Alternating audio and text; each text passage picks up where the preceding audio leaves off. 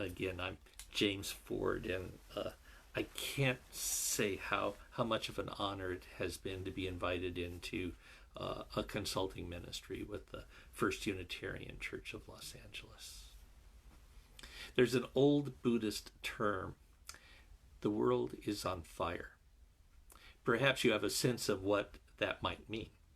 For us today here in California and the West, we're invited into a literal world of fire. Climate change, hurricanes, earthquakes, people oppressing other people, and wars. Wars.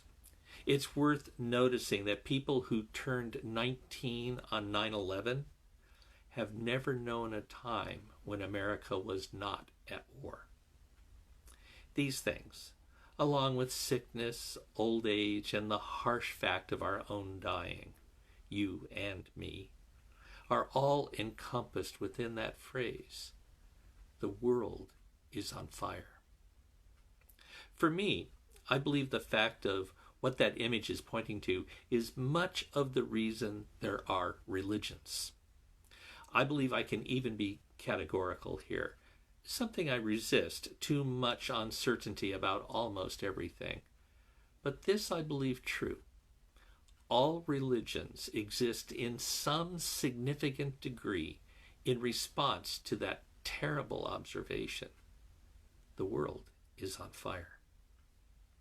Today, I want to address how two different and yet complementary responses to the reality of this burning world have met, have challenged each other, and how out of that something new and wondrous is birthing.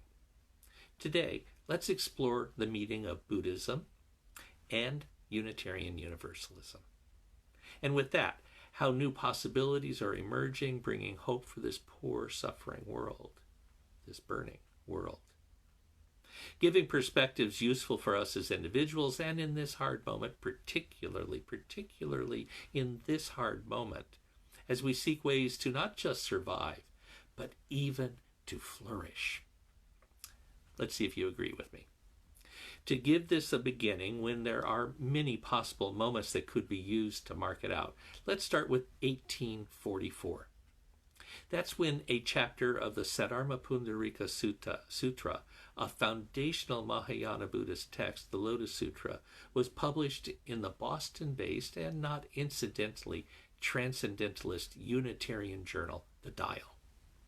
Best I can tell, this chapter, published as The Preaching of Buddha, was the first Buddhist text to be rendered into the English language. As a footnote to a footnote, The Preaching of Buddha was for many years wrongly attributed to the wonderful Henry David Thoreau. It was a reasonable enough speculation as the chapter was published anonymously while he was editor of the journal, and well known to be interested in all matters Eastern.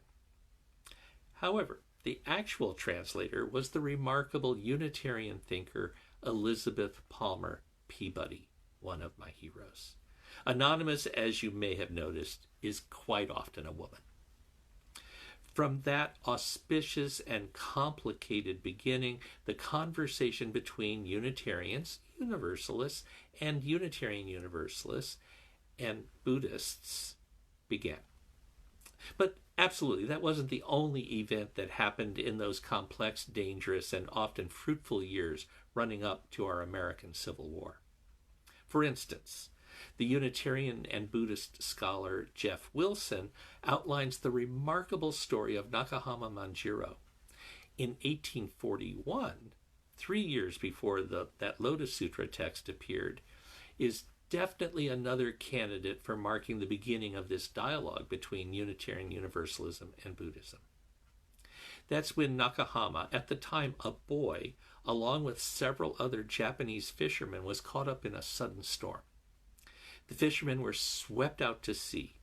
They were rescued from near certain death by a New Bedford whaling ship. Unable to return to Japan, which by the prevailing Sakoku isolation laws would lead to everyone's instant execution, the ship continued on.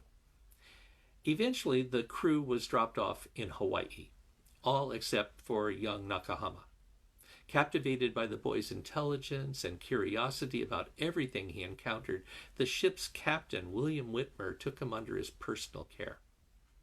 They returned to Massachusetts only to find Whitmer's Methodist Church in Fairhaven informing the family that no colored people, although they didn't actually say colored, were allowed in the church. So they walked down the street to Fairhaven's Unitarian Church. With that, the boy, now known as John Myoun, grew into adulthood as a Unitarian. After an adventurous life well worth pursuing in greater detail, including following his mentor as a whaler and later as a successful gold prospector in California, Nakahama Manjiro accumulated enough wealth to allow him to return to Japan a mere decade after he and his companions had been swept out to sea. He paused in Hawaii to gather up the survivors from the fishing boat, and then just outside Japanese territorial waters had a boat lowered to make the last leg without Europeans along and that threat of instant execution. Once back in Japan, Manjiro faced the traditional test to prevent Christian converts from entering the country and contaminating it with their alien ideologies. A picture of the Virgin Mary was placed on the ground, and he was required to step on it.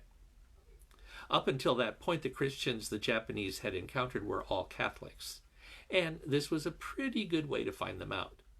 However, as a Unitarian, the one-time John Myoun had no problem walking on the picture. He would rise to fame and further fortune in Japan. Initially through his translation of Bowditch's classic sailor's manual, The Practical Navigator, and then with a stream of technical and scientific books following. Invited to the imperial court, he was eventually raised to the rank of samurai. Over the years, he grew in wealth and influence, and at court he gathered a circle of disciples among the younger courtiers. In 1868, with the revolt that established the Meiji Emperor and an era of reforms, many of his disciples were recruited into leadership. Professor Wilson draws a pretty straight line from Manjiro's Unitarianism, not only to many of the era's social reforms, but also to many reforms within Buddhist sects, Pure Land and Zen in particular. So, as if returning the favor, the first Zen master to visit America as part of the 1893 World Parliament of Religions, incidentally organized by Unitarians and Universalists, among others, was the Rinzai abbot Soin Shaku. The abbot had in his youth studied at Keiho University, which had been founded by a disciple of Manjiro's. Professor Wilson argues, compellingly, I feel, that the Zen Buddhism taught at the university was deeply influenced by the progressive spirit of rational inquiry infused with a broad humanism that was derived directly from Manjiro's Unitarian experience. Two of Abbot Soin Shaku's disciples, Nyogen Shinzaki and Daisetsu Tatario Suzuki, would prove to be central in introducing Zen to the West. Shinzaki influencing a generation of early spiritual seekers here on the West Coast, introducing them to Zazen, Zen's meditation discipline, including, you can see the picture, Robert Aitken, my teacher's teacher. But most of all, it's Daisetsu Suzuki.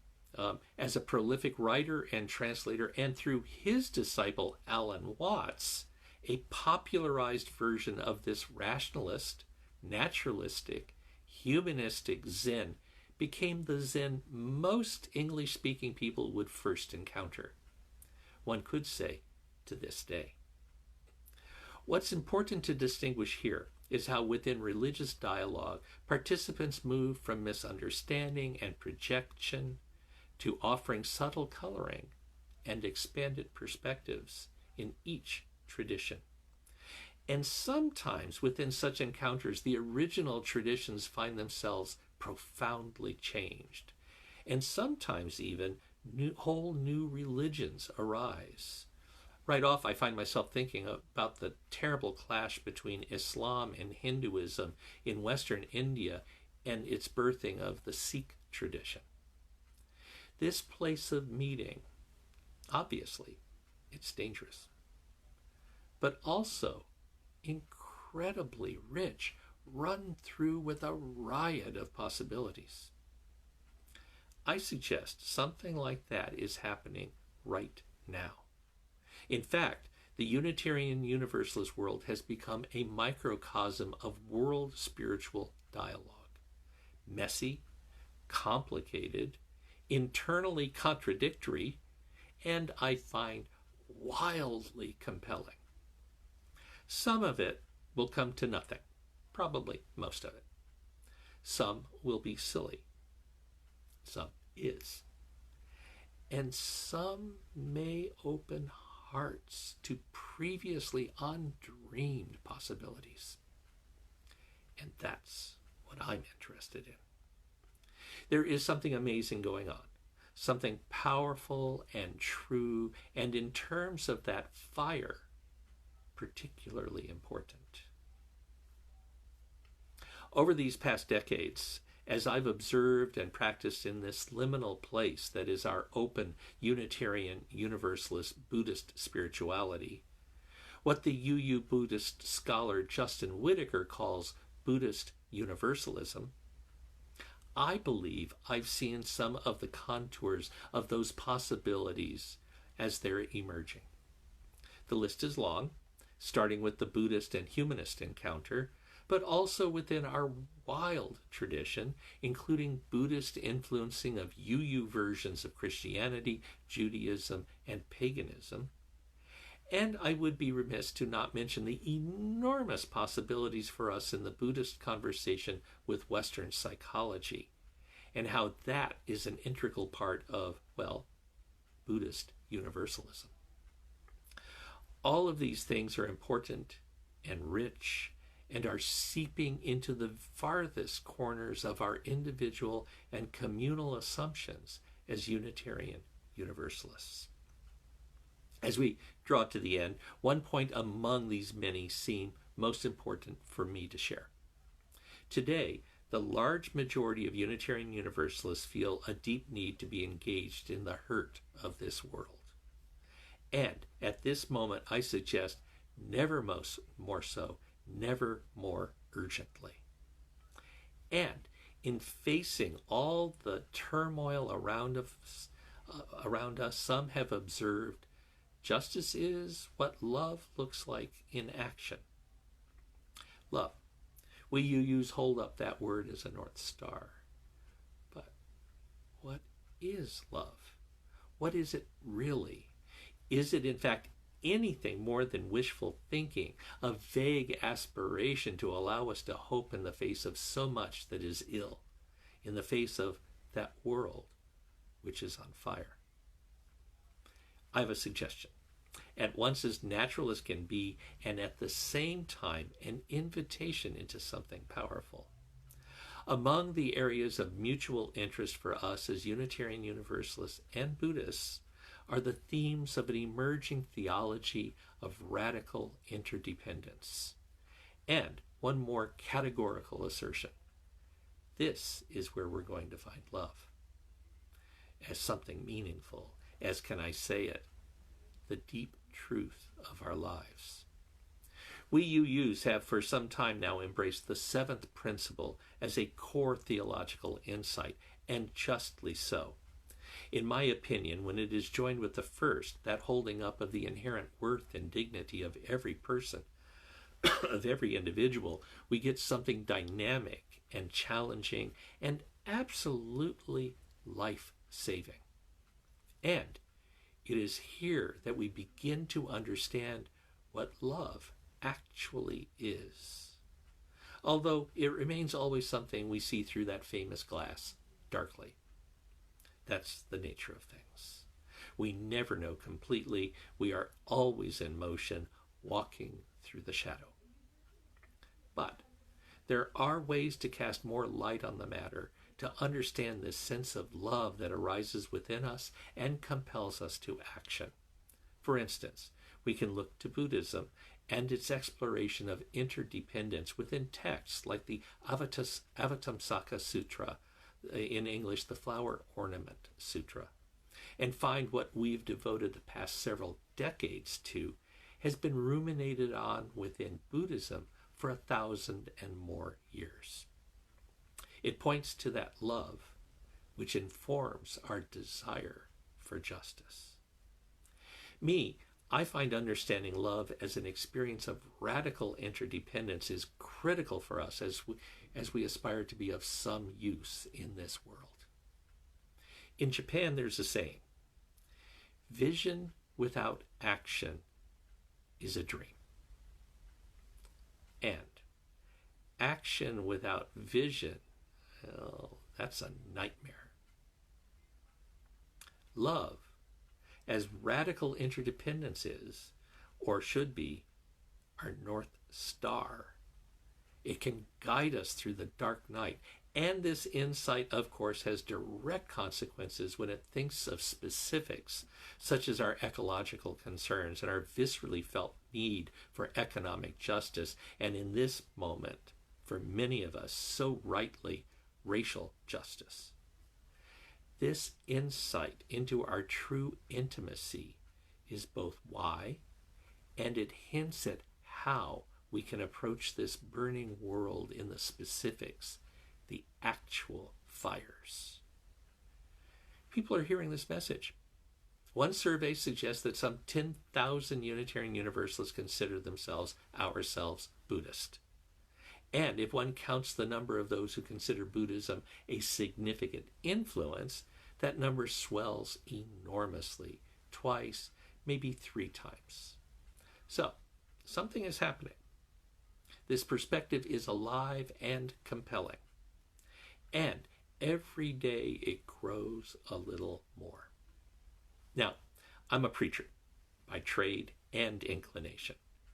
As I draw this reflection to a close, here's some good news I want to share. In these hard times, good news. A door has been thrown wide open, and people are walking through. They're walking toward something.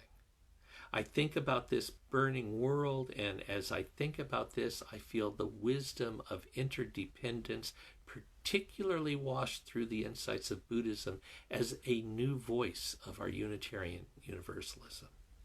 It is the ever so ancient and ever-present insight of love over creed, of love beyond belief.